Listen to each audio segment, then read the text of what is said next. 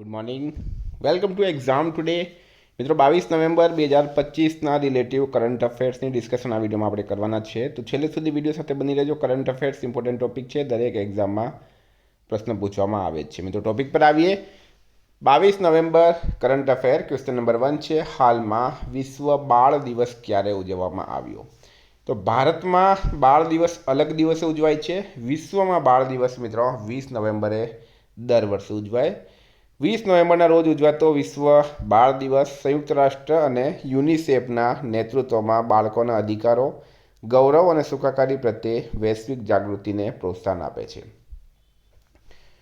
મિત્રો ઇમ્પોર્ટન્ટ ડેટ્સની વાત થઈ તો હાલમાં 19 નવેમ્બરે વિશ્વ શૌચાલય દિવસ અને આંતરરાષ્ટ્રીય પુરુષ દિવસ મનાવાયો. 18 નવેમ્બરે રાષ્ટ્રીય નિસર્ગોપચાર દિવસ, 17 નવેમ્બરે આંતરરાષ્ટ્રીય વિદ્યાર્થી દિવસ, 16 નવેમ્બરે રાષ્ટ્રીય પ્રેસ દિવસ અને આંતરરાષ્ટ્રીય સહિષ્ણુતા દિવસ, 15 નવેમ્બરે આદિવાસી ગૌરવ દિવસ, 14 નવેમ્બરે વિશ્વ ડાયાબિટીસ દિવસ, 13 નવેમ્બરે વિશ્વ દયા દિવસ, 12 નવેમ્બરે વિશ્વ ન્યુમોનિયા દિવસ, 11 નવેમ્બરે રાષ્ટ્રીય શિક્ષણ દિવસ. તમામ દિવસ ઇમ્પોર્ટન્ટ છે, યાદ રાખો.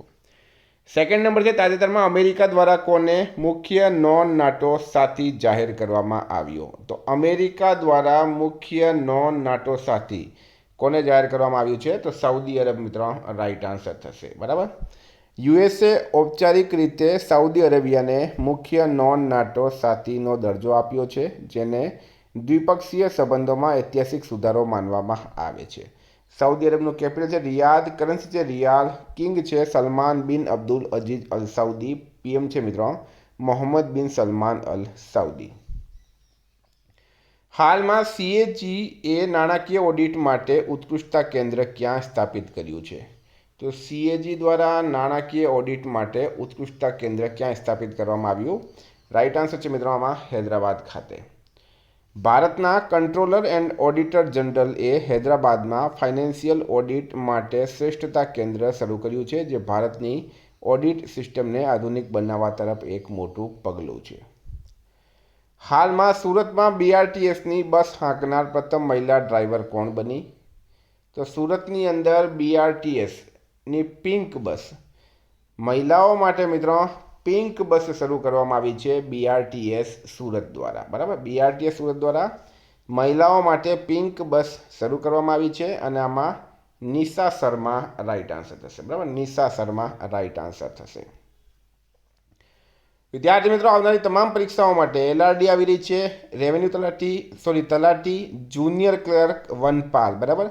તમામ પરીક્ષાઓ માટે એક્ઝામ ટુડેનું લેટેસ્ટ 1 વર્ષનું કરંટ અફેર્સ, જેમાં તમને 1 વર્ષનું કરંટ અફેર્સ ની પીડીએફ મળશે. સાથે Olympic, Paralympic, Covid, IPL, GI tag, બદલાના વર્તમાન પદાધિકારી, પુસ્તક લેખક, company CEO, brand ambassador, award GK, sport GK, G20 summit, T20 world cup, FIFA world cup, election GK, Ayodhya GK, budget, champions trophy, IPL, Padma awards, આવી રીતના મિત્રો ટોપિક વાઇઝ કરંટ અફેર્સની PDF. બરાબર. તો પીડીએફ માટે શું કરવાનું છે? માત્ર 200 રૂપિયા. 1 વર્ષનું કરંટ અફેર માત્ર 200 રૂપિયા. 9510411961 પર ગૂગલ પે, ફોનપે, પેટીએમ કંઈ પણ કરો, સ્ક્રીનશોટ મોકલી આપો. 2 મિનિટમાં પીડીએફ મળી જશે. તમામ પરીક્ષાઓમાં 100% કરંટ અફેર આપણું પૂછાય છે. હાલમાં ભારતનો સૌથી મૂલ્યવાન બ્રાન્ડ કોણ બન્યો છે? તો એચડીએફસી બેંક બન્યો છે. Kantar brands most valuable Indian brands report 2025 અનુસાર એચડીએફસી બેંક આઈટી સેવાઓની અગ્રણી કંપની ટાટા કન્સલ્ટન્સી સર્વિસીસને પાછળ છોડીને ભારતની સૌથી મૂલ્યવાન બ્રાન્ડ બની ગઈ છે, જેની બ્રાન્ડ વેલ્યુ 4.9 બિલિયન છે. 2014માં પ્રથમ બ્રાન્ડ્સ ઇન્ડિયા રિપોર્ટ બહાર પાડવામાં આવ્યો, ત્યારથી દેશની સૌથી મોટી ખાનગી બેંકની બ્રાન્ડ વેલ્યુ 4 ગણાથી વધુ વધી ગઈ છે. 6 નંબર છે, હાલમાં ભારતીય પોસ્ટ દ્વારા કયા આઈઆઈટીમાં પ્રથમ જેએનઝેડ થીમ આધારિત પોસ્ટ ઓફિસ ખોલવામાં આવી છે? તો મિત્રો આમાં આઈઆઈટી દિલ્હી રાઈટ આન્સર છે. ઇન્ડિયા પોસ્ટ આઈઆઈટી દિલ્હી ખાતે તેનું પ્રથમ જેએનઝેડ થીમ આધારિત પોસ્ટ ઓફિસ ખોલ્યું છે. યુવાનોને ધ્યાનમાં રાખીને ડિઝાઇન કરાયેલા પોસ્ટ ઓફિસમાં ક્યુઆર કોડ, બુકિંગ અને વાઈફાઈ જેવી આધુનિક સુવિધાઓ છે. આ પહેલનો હેતુ ઇન્ડિયા પોસ્ટને આધુનિક બનાવવા અને યુવાનો સુધી પહોંચવાનો રહેશે. 7 નંબર છે, હાલમાં ડેલ ઇન્ડિયા દ્વારા સિનિયર ડાયરેક્ટર અને જનરલ મેનેજર તરીકે કોની નિમણૂક કરવામાં આવી? તો અનુરાગ અરોડા રાઈટ આન્સર છે. ડેલ ઇન્ડિયાના નવા સિનિયર ડાયરેક્ટર અને જનરલ મેનેજર બની ગયા છે અનુરાગ અરોડા. 8 નંબર છે, હાલમાં સંરક્ષણ સંશોધન અને વિકાસ સહયોગને પ્રોત્સાહન આપવા માટે DRDO અને કયા દેશના DGA વચ્ચે એક કરાર પર હસ્તાક્ષર કરવામાં આવ્યા? તો મિત્રો ફ્રાન્સ રાઈટ આન્સર થશે આમાં.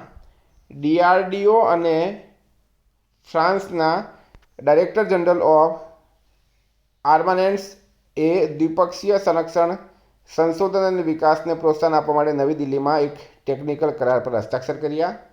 ફ્રાન્સનું કેપિટલ છે પેરિસ, કરન્સી છે યુરો, પ્રેસિડેન્ટ છે એમ્યુનલ મેક્રોન. હાલમાં ગ્રામીણ નવીનતા પર પ્રથમ પૃથ્વી સમિટ 2025-26 કોણ યોજશે? તો મિત્રો પ્રશ્ન છે ગ્રામીણ નવીનતા પર પ્રથમ પૃથ્વી સમિટ, જેને અર્થ સમિટ તરીકે પણ ઓળખવામાં આવે છે, બરાબર, આપણે એને પૃથ્વી સમિટ લખેલું છે, એને અર્થ સમિટ તરીકે પણ ઓળખવામાં આવે છે. તો શું છે આમાં રાઈટ આન્સર? તો મિત્રો હૈદરાબાદ આમાં રાઈટ આન્સર થશે. 9 નંબરમાં હૈદરાબાદ રાઈટ આન્સર થશે. હાલમાં ભારતનું પ્રથમ ટેસ્લા સેન્ટર ક્યાં ખુલ્યું છે? તો એ ગુરુગ્રામમાં ખુલ્યું. ભારતનું પ્રથમ ટેસ્લા સેન્ટર ગુરુગ્રામમાં ખુલ્યું. ગુરુગ્રામના ઓર્કિડ બિઝનેસ પાર્ક ખાતે દેશના પ્રથમ ટેસ્લા સેન્ટરમાં લોન્ચ સાથે ભારત તેની ઇલેક્ટ્રિક મોબિલિટી યાત્રામાં એક નવા અધ્યાયની શરૂઆત કરી છે. 11 નંબર છે, હાલમાં કેમ્બ્રિજ ડિક્શનરી દ્વારા વર્ષ 2025 માટે વર્ડ ઓફ ધ યર તરીકે કયા શબ્દની પસંદગી કરવામાં આવી? તો પેરાસોશિયલ રાઈટ આન્સર છે. નિષ્ણાંતોના મતે પેરાસોશિયલ સંબંધ એ છે જ્યારે કોઈ વ્યક્તિ કોઈ સેલિબ્રિટી, પ્રભાવક અથવા AI ચેટબોટ સાથે એકતરફી સંબંધ જાળવી રાખે છે. આ શબ્દ એના જોડાણનું વર્ણન કરે છે. હાલમાં કઈ ડેરીને રાષ્ટ્રપતિ દ્રૌપદી મુર્મુના હસ્તે નેશનલ એવોર્ડ આપવામાં આવ્યો છે? તો બનાસ ડેરી રાઈટ આન્સર છે. બનાસ ડેરી જેના ચેરમેન કોણ છે મિત્રો? શંકરભાઈ ચૌધરી, બરાબર. બનાસ ડેરીને જળ સંરક્ષણના વ્યવસ્થાપન બદલ ભારત સરકારે 6ઠ્ઠા નેશનલ વોટર એવોર્ડ્સમાં શ્રેષ્ઠ ઔદ્યોગિક એકમ તરીકે પ્રથમ પુરસ્કાર આપ્યો છે. 13 છે, નવી રચાયેલી બિહાર સરકારમાં નીતિશ કુમારે કેટલામી વખત મુખ્યમંત્રી તરીકે શપથ લીધા? તો બિહારમાં મિત્રો નવી સરકાર બની ગઈ છે ફરીથી એનડીએની. નીતિશ કુમારે 10મી વખત મુખ્યમંત્રી તરીકે શપથ લીધા. જનતા દળ યુનાઇટેડ જેડીયુના વડા નીતિશ કુમારે 20 નવેમ્બર 2025ના રોજ 10મી વખત બિહારના મુખ્યમંત્રી તરીકે શપથ લીધા હતા. બિહારના રાજ્યપાલ આરિફ મોહમ્મદ ખાને તેમને પદ અને ગુપ્તતાના શપથ લેવડાવ્યા હતા. શપથ ગ્રહણ સમારોહ પટનાના ઐતિહાસિક ગાંધી મેદાનમાં યોજાયો હતો, જેમાં વડાપ્રધાન નરેન્દ્ર મોદી, કેન્દ્રીય પ્રધાનો અમિત શાહ, જેપી નડ્ડા, ચિરાગ પાસવાન અને એનડીએના અનેક વરિષ્ઠ નેતાઓ હાજર રહ્યા હતા. નવી બિહાર સરકારમાં મુખ્યમંત્રી નીતિશ કુમાર સહિત કુલ 27 મંત્રીઓએ મંત્રી તરીકે શપથ લીધા અને 2 ડેપ્યુટી સીએમ બન્યા છે મિત્રો, સમ્રાટ ચૌધરી અને વિજય સિન્હા. તો બિહારનું કેપિટલ છે પટના, સીએમ છે નીતિશ કુમાર, રાજ્યપાલ છે આરિફ મોહમ્મદ ખાન. 14 નંબર છે, હાલમાં કયા દેશે કોલંબો સિક્યુરિટી કોન્ક્લેવની NSAની 7મી બેઠકનું આયોજન કર્યું? તો મિત્રો એ આપણા દેશ ભારતે કર્યું છે. કોલંબો સિક્યુરિટી કોન્ક્લેવના રાષ્ટ્રીય સુરક્ષા સલાહકારોની 7મી બેઠક 20 નવેમ્બર 2025ના રોજ નવી દિલ્હીમાં શરૂ થઈ હતી. ભારત આ બેઠકનું આયોજન કરી રહ્યું છે, જેની અધ્યક્ષતા રાષ્ટ્રીય સુરક્ષા સલાહકાર અજીત ડોભાલ કરી રહ્યા છે. હાલમાં ઇન્દિરા ગાંધી શાંતિ પુરસ્કાર કોને એનાયત કરવામાં આવ્યો? તો મિશેલ બેચલેટને, બરાબર. ઇન્દિરા ગાંધી શાંતિ પુરસ્કાર મિશેલ બેચલેટને મળ્યો છે. ચિલીના પ્રથમ અને એકમાત્ર મહિલા રાષ્ટ્રપતિ અને માનવ અધિકારો માટેના ભૂતપૂર્વ સંયુક્ત રાષ્ટ્રના ઉચ્ચ કમિશનર મિશેલ બેચલેટને 20 નવેમ્બર 2025ના રોજ નવી દિલ્હીમાં ઇન્દિરા ગાંધી શાંતિ, ભૂકંપ નિવારણ અને વિકાસ પુરસ્કાર એનાયત કરવામાં આવ્યો. મિત્રો આ પુરસ્કાર કોંગ્રેસ સંસદીય પક્ષના અધ્યક્ષ સોનિયા ગાંધી દ્વારા આપવામાં આવે છે. 16 છે, હાલમાં ભારતીય નૌસેના સ્વાવલંબન 2025 ઇનોવેશન સિમ્પોઝિયમનું આયોજન ક્યાં કરશે? તો નેવલ ઇનોવેશન એન્ડ ઇન્ડિજેનાઇઝેશન ઓર્ગેનાઇઝેશન દ્વારા આયોજિત સ્વાવલંબન 2025ની ચોથી આવૃત્તિ 26 નવેમ્બરના રોજ નવી દિલ્હીમાં શરૂ થઈ છે. હાલમાં ડેઝર્ટ પામ એચિવમેન્ટ એવોર્ડ કોને પ્રાપ્ત થયો? તો ડેઝર્ટ પામ એચિવમેન્ટ એવોર્ડ લિયોનાર્દો ડિકેપ્રિયોને પ્રાપ્ત થયો છે. હોલિવૂડના સૌથી આદરણીય અભિનેતામાંના એક લિયોનાર્દો ડિકેપ્રિયોને 3 જાન્યુઆરી 2026ના રોજ પામ સ્પ્રિંગ્સ ઇન્ટરનેશનલ ફિલ્મ ફેસ્ટિવલમાં ડેઝર્ટ પામ એચિવમેન્ટ એવોર્ડથી સન્માનિત કરવામાં આવ્યા. તો મિત્રો આ હતા કરંટના પ્રશ્નો. વાત કરીએ રિવિઝનની. તો આપણે આવી ગયા છે 21 નવેમ્બર 2025. આંતરરાષ્ટ્રીય પુરુષ દિવસ ક્યારે ઉજવવામાં આવે છે? 19 નવેમ્બરના રોજ. હાલમાં કયા રાજ્યમાં 20મો આંતરરાષ્ટ્રીય ત્રિપિટિક જાપ મહોત્સવ શરૂ થયું. બિહાર રાઇટ આન્સર છે. Governance awards 2025માં